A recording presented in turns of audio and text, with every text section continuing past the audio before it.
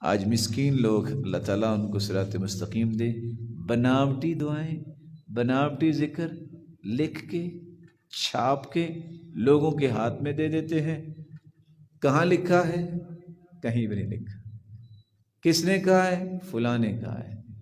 اشہد ان محمد رسول اللہ، میرا پیغمبر اور نبی جو ہے جس کو میں نے نبی مانا ہے وہ محمد الرسول اللہ ہے، وہ کوئی عالم نہیں ہو سکتا۔ مجھے وہ ذکر، وہ عبادت، وہ دعا سیکھنی ہے جو اللہ کے محبوب نے بتائی۔ میں نے کانٹریکٹ سائن کیا ہے کہ میرے لیے آئیڈیل، نمونہ، اسوہ اور قدوہ، رول ماڈل محمد کریم صلی اللہ علیہ وسلم۔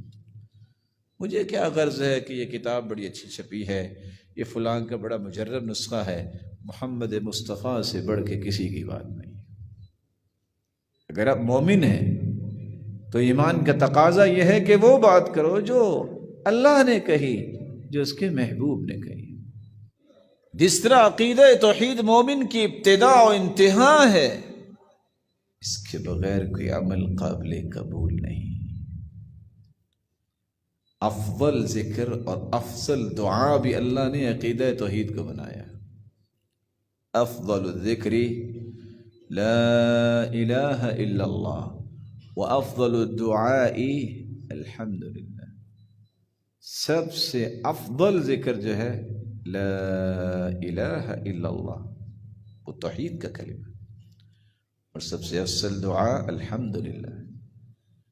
آپ نے حدیث تو سنی ہوگی، الحج عرفہ، حج ہے یہ عرفے کے دن کا نام، جو میدان عرفات میں چلا جائے اس کا حج ہو گیا۔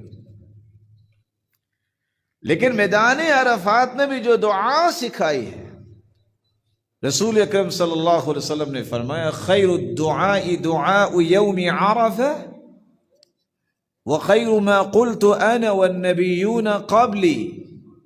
سب سے بہترین دعا وہ عرفے کے دن کی دعا ہے جو میں نے اور مجھ سے پہلے جتنے بھی انبیاء آئے انہوں نے وہ دعا کی ہے۔